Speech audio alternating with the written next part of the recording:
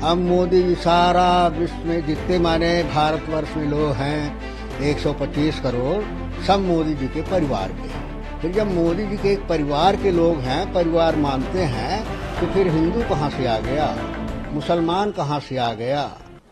जिस चीज की चर्चा होनी चाहिए, जिस चीज की बहस होनी चाहिए, जिस चीज की जरूरत आज समाज और देश के है, उन मुद्दों से हट करके बिना मुद्दे की बात करते हैं। अब मोदी जी सारा विश्व में जितने माने भारतवर्ष में लोग हैं 125 करोड़, सब मोदी जी के परिवार के हैं। फिर जब मोदी जी के एक परिवार के लोग हैं, परिवार मानते हैं, तो फिर हिंदू कहाँ से आ गया, मुसलमान कहाँ से आ गया, पाकिस्तान की परिकल्पना कहाँ से आ गई। भारत की बात करो, फिर उनमें भेदभाव क्यों है, उनको क्यों भेद के नजरिए से देखते हो, क्यों उनके साथ राजनीतिक आधार पर बर्ताव करते हो। तो इनका दोहरा मापदंड जो है, दिखाने के दांत कुछ और होते हैं और खाने के दांत कुछ और होते हैं, वो मोदी जी कर रहे हैं। कब तक गुमराह करोगे इस देश की जनता को।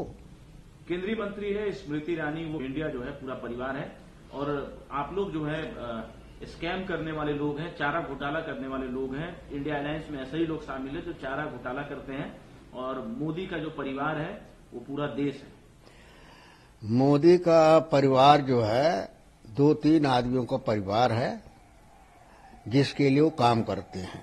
नारा भारत का देते हैं, नारा लोगों का देते हैं, नारे के अंदर सारे देश के लोगों को परिवार बताते हैं, और वास्तव में काम केवल 2-3 आदमियों के लिए करते हैं, पूंजीपतियों के लिए करते हैं, अडानी अंबानी के लिए करते हैं।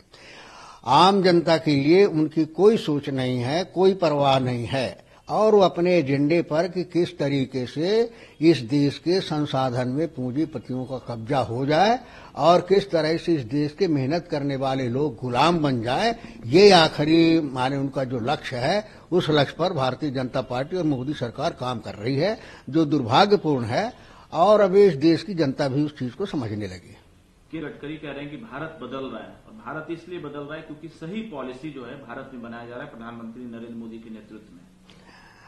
गडकरी जी ने जो भी कहा था, सच्चाई भी कहा था कि इस देश में तबाही हो रही है, गरीब बढ़ रहे हैं, कुपोषण हो रहा है, विकास नहीं हो रहा है, भी तो गडकरी ने कहा था ना, इसी सरकार के लिए कहा है ना। तो गडकरी जो है प्रयास करते हैं सच बोलने का, लेकिन उनको भी दबाया जाता है, उनके ऊपर भी भय दिखाया जाता है। लेकिन दूसरे नेताओं के बजाय जो है गडकरी सच बोलने का प्रयास करते हैं, लेकिन वो भी भाजपा को नहीं पच रहा है, वो भी मोदी को नहीं पच रहा है, उनके पीछे पड़ जाते हैं। तो ये सच्चाई मोदी जी बर्दाश्त नहीं कर सकते, सच्चाई सुन नहीं सकते, और चाहते हैं कि हमारा केवल गुणगान होता रहे। और ये जो देश का बजट है, जो गरीब जनता का बजट है, गरीब जनता का पैसा है, जो विकास में लगना चाहिए, कल्याण में लगना चाहिए, वो पैसा जो है मोदी जी की छवि को उभारने में, छवि को बनाने में लगा। तेलंगाना करते रहे, आप ही के मुख्यमंत्री कर रहे हैं कि विकास के लिए गुजरात मॉडल को फॉलो करना पड़ेगा तेलंगाना में। नहीं, देखिए, अब उन्होंने किस संदर्भ में बात कही है, कैसा कहा है, वो संदर्भ अलग अलग होता है, और संदर्भ और परिस्थिति के आधार पर कोई चीज सच और गलत होती है। उन्होंने किस संदर्भ में कहा है, वो संपर्क वो जो है वही बता सकते हैं कि किस संदर्भ में वो बात उन्होंने कहा है। लेकिन गुजरात मॉडल, जिस मॉडल की बड़ाई मोदी जी करते हैं, गुजरात मॉडल वास्तव में जो गोधरा कांड हुआ है, जिस तरह से लोगों की हत्याएं हुई हैं, उसी तरह की भावना के आधार पर वो चाहते हैं कि सारे देश में इस तरह की भावनाएं फैलें, इसी तरह के दंगे हो, इसी तरह से लोगों का हक अधिकार दबाया जाए। वो मॉडल जरूर मोदी जी सारे देश में बनाना चाहते हैं। बड़े नेता हैं गुजरात के अर्जुन मोदवाडी, उन्होंने पार्टी छोड़ दिया। वो कह रहे हैं कि जनता को मदद नहीं कर पा रहे थे पार्टी में रहकर, एक एक करके तमाम नेता छोड़ रहे हैं पार्टी। मदद तो बनावटी बात लगती है, लगता ही है कि माने मोदी जी का जो अस्त्र है ईडी सीबीआई, उससे वो डर गए होंगे, और इस वजह से उन्होंने वैचारिक रूप से परिवर्तन किया होगा। इसके अलावा तो हमें नहीं लगता कि कोई अन्य कारण रहा होगा।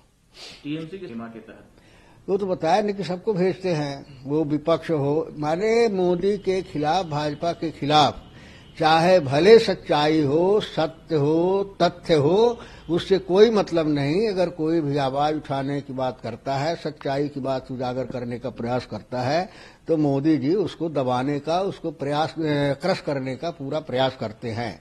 और वजह क्या है? हम कहते हैं कि अगर माने किसी के खिलाफ इस तरह की कार्रवाई, आप कहते हो कि हम संवैधानिक तरीके से कार्रवाई करना चाहते हैं, तो फिर ये क्या वजह है कि वही व्यक्ति जब आपकी पार्टी मिल जाता है, आपके साथ चला जाता है, फिर दूध का धूला हो जाता है, फिर मारे उसका भ्रष्टाचार, उसका करप्शन सब खत्म हो जाता है।